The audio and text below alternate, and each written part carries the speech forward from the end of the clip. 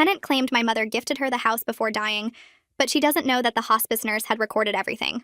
My mother had been renting out her basement apartment to Francine for 3 years before she got diagnosed with pancreatic cancer. Francine was the perfect tenant at first. Always paid on time, kept the place clean, even helped my mom with groceries when her arthritis got bad. I lived 2 hours away and was grateful someone responsible was downstairs in case mom needed anything. When mom got sick, I took leave from work to move in and take care of her. Francine was so helpful during those first few weeks, bringing up soup, sitting with mom when I had to run errands, offering to help with anything we needed. Mom appreciated it so much she reduced Francine's rent by half, saying good neighbors were worth more than money. That's when Francine started getting too comfortable. She began using the main floor like it was hers, cooking in mom's kitchen instead of her own downstairs, doing laundry at all hours, having people over without asking. When I mentioned it to mom, she was too tired from chemo to care and said to let Francine be since she was helping so much. But Francine's help started coming with strings. She'd sit with mom and talk about how hard it was being a single woman with no family, no inheritance coming, no safety net. She'd cry about how she'd probably die alone in some state-run facility because she couldn't afford better. Mom would comfort her, which was insane because mom was the one actually dying. Francine started asking mom about her will, saying she just wanted to make sure mom's wishes were clear. She'd bring up stories about families fighting over estates and how important it was to have everything in writing. Mom told her everything was already handled through her lawyer, but Francine kept pushing, saying lawyers couldn't be trusted, and family members always contested wills. 2 months before mom died, Francine suddenly had paperwork she wanted mom to sign. She said it was just to formalize their friendship, some kind of document saying Francine had been like a daughter to her. Mom was on heavy pain medication by then, barely conscious most days. I found Francine trying to guide mom's hand to sign something and kicked her out of the room. She said she was just helping mom write thank you cards. There were no cards anywhere. After mom passed, I started the estate process. The house was left to me and my brother equally, just like mom had always planned. We were going to sell it and split the proceeds. I gave Francine 30 days notice to vacate, which was generous considering the circumstances. She said she understood and would start looking immediately. 2 weeks later, I got a call from my mom's lawyer saying someone was contesting the will. Francine had shown up at his office with a handwritten document supposedly signed by my mother leaving her the entire house. The document was dated 1 week before mom died, when mom couldn't even hold a spoon anymore. Francine claimed mom had called her to her bedside and dictated this new will, that mom wanted her to have the house because I'd abandoned her and only came back when she was dying. The signature was shaky, but Francine said that was because mom was weak. She'd even gotten 2 witnesses to sign it, both random people she'd found at a bus stop, and paid $50 to come inside and watch a dying woman supposedly sign a paper. My lawyer said it was obviously fraudulent, but we'd still have to go through the legal process. Francine immediately stopped paying rent and started telling everyone she owned the house. She changed the locks on the basement apartment, put up no trespassing signs, and started parking in mom's spot in the garage. She listed rooms for rent online, saying she'd just inherited a house and needed help with expenses. When I confronted her, she said I was trespassing on her property and called the police. The officer said it was a civil matter, and until the court decided, she had a right to stay. What Francine didn't know was that mom's hospice nurse Carla had been documenting everything. Carla had gotten suspicious of Francine early on when she kept finding her in mom's room going through drawers. She started using her phone to record her visits, saying it was for medical documentation, but really she was protecting mom. Carla had 23 videos from the week Francine claimed mom signed the new will. In every single one, mom was either unconscious or completely incoherent from medication. One video from the exact day of the supposed will showed mom unable to even recognize me, her own daughter. There was no way she could have dictated a legal document. Carla also had a video from 3 days before that showed Francine practicing mom's signature on a notepad while mom slept. She'd left the notepad behind and Carla had kept it. The practice signatures matched the will signature exactly. Same weird loops, same shaky lines, everything. At the hearing, Francine's witnesses admitted they'd never actually seen mom sign anything. They'd just signed where Francine told them to after she'd explained this poor dying woman wanted to leave her something. Francine tried to say that Carla was lying, that mom had moments of clarity not caught on camera. The judge asked Francine to explain why mom's signature on the will matched her practice attempts exactly. Francine's answer made the judge laugh. She stammered out something about similar handwriting styles running in families, which made absolutely no sense since we weren't related at all. Judge Kaufman's eyebrows shot up so high they almost disappeared into his hairline, and he leaned forward in his chair.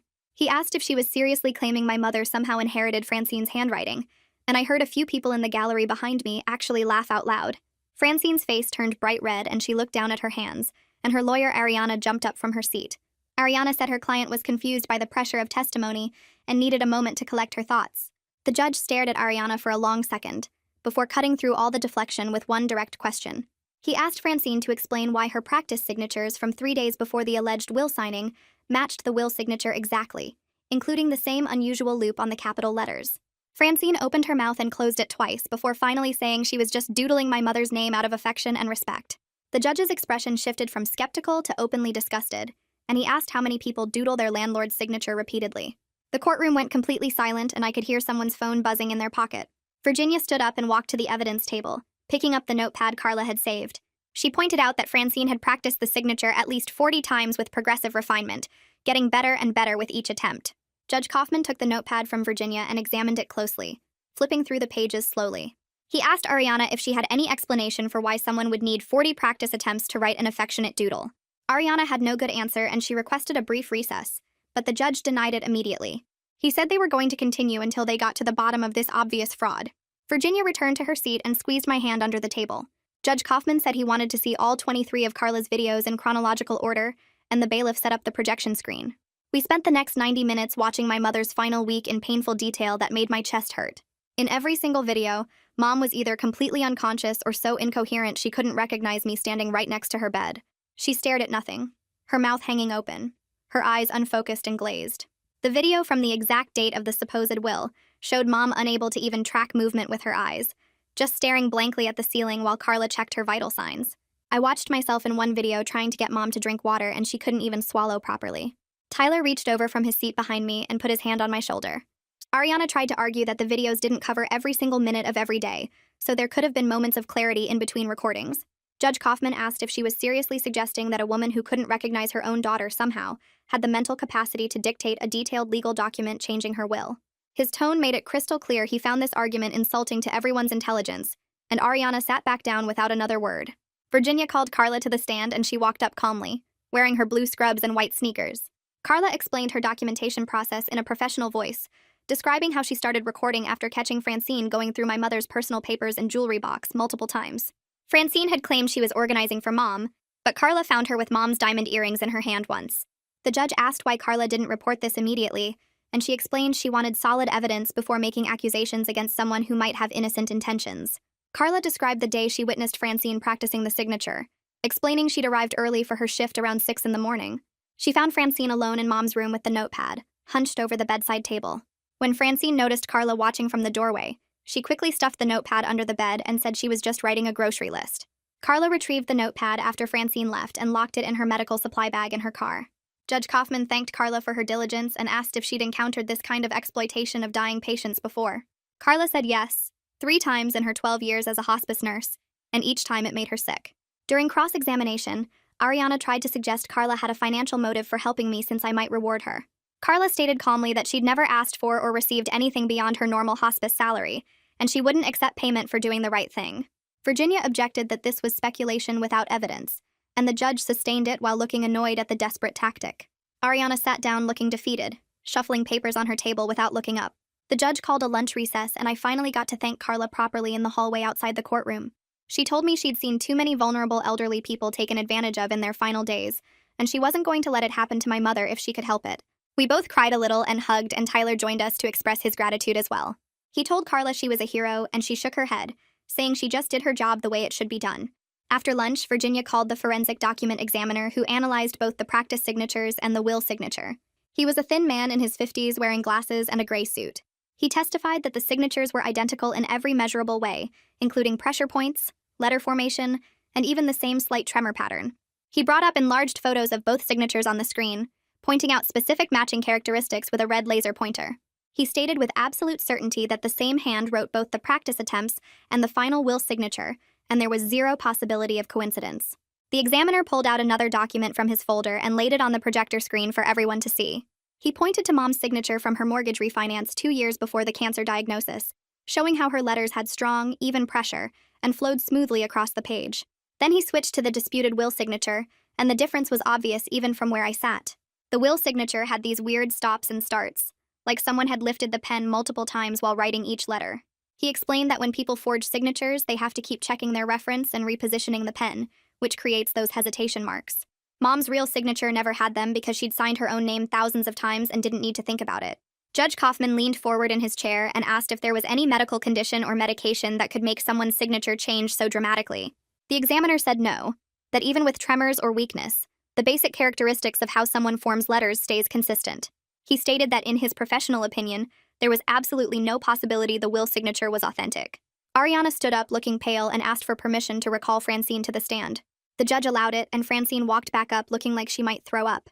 Ariana asked her to explain in her own words what happened the day Mom supposedly signed the will. Francine took a deep breath and launched into this story about how Mom had suddenly opened her eyes and called her name clearly, asking her to come close. She claimed Mom told her that she wanted Francine to have the house because Francine had been more of a daughter than her real children, who only showed up when it was convenient. Francine said Mom's hand was shaking so badly that she had to guide it to help her sign, and that Mom smiled afterward and squeezed her hand before falling back asleep.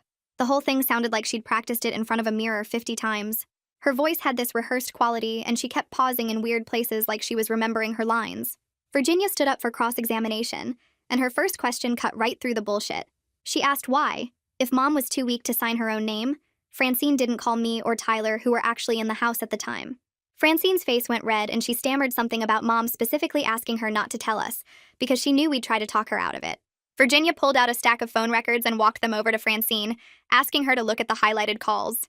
The records showed Mom had called me every single morning at 8:30 for months, right up until 3 days before she died when she became too sick to use the phone. Virginia asked how Mom could be angry enough at me to cut me out of her will, but still call me every day to chat about her garden and the birds at her feeder. Francine just sat there with her mouth opening and closing like a fish. She finally said she didn't know about the phone calls, and maybe Mom was confused about her feelings. Virginia moved in closer and asked about the practice signatures.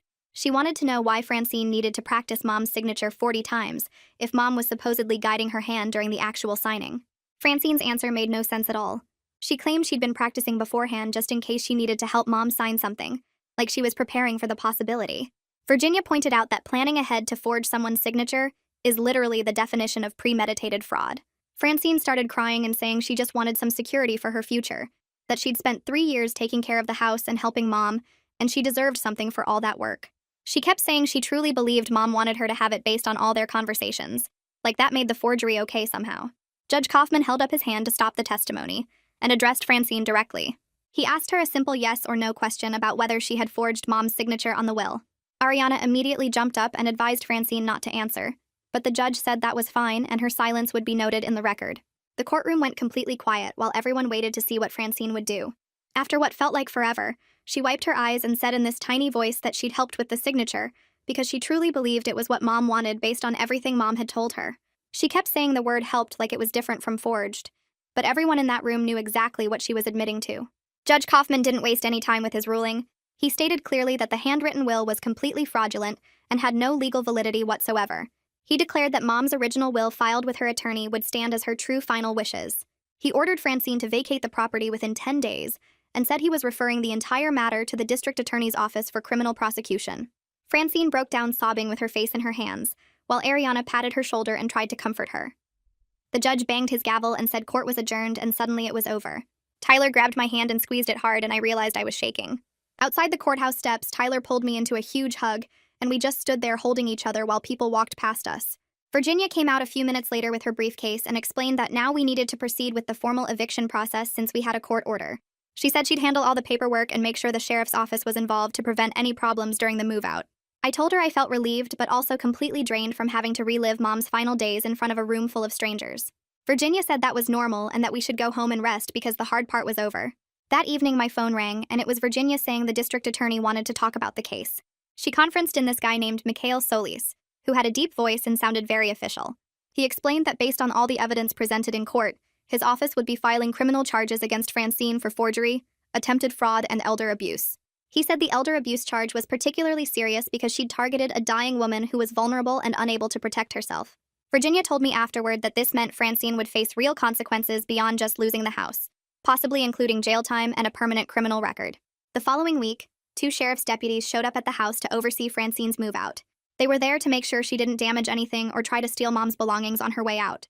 Francine had rented a truck and spent the whole day loading her stuff while Tyler and I watched from the front porch. She wouldn't look at us or speak to us, just moved back and forth between the basement apartment and the truck with boxes and furniture. When the truck was finally packed and she drove away, I felt this weird mix of relief and sadness. I walked down to the basement apartment expecting to find it trashed, but it was actually surprisingly clean.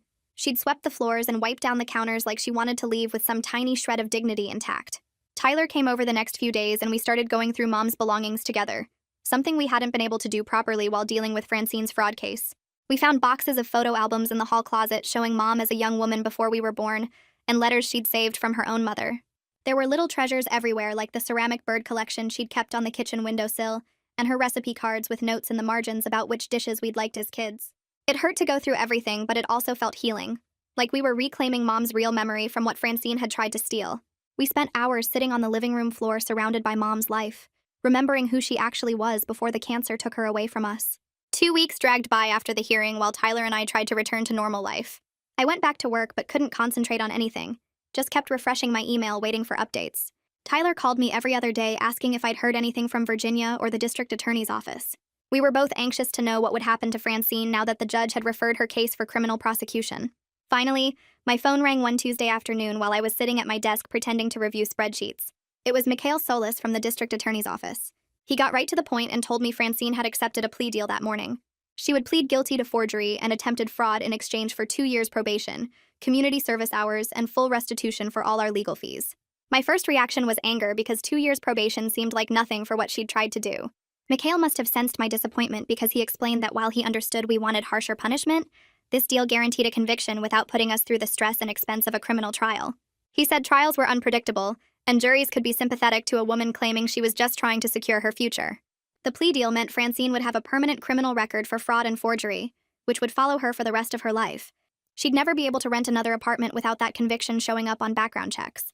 I thanked Mikhail and immediately called Tyler to tell him the news. He was quiet for a long moment before saying he guessed it was better than nothing, and at least we'd get our legal fees back.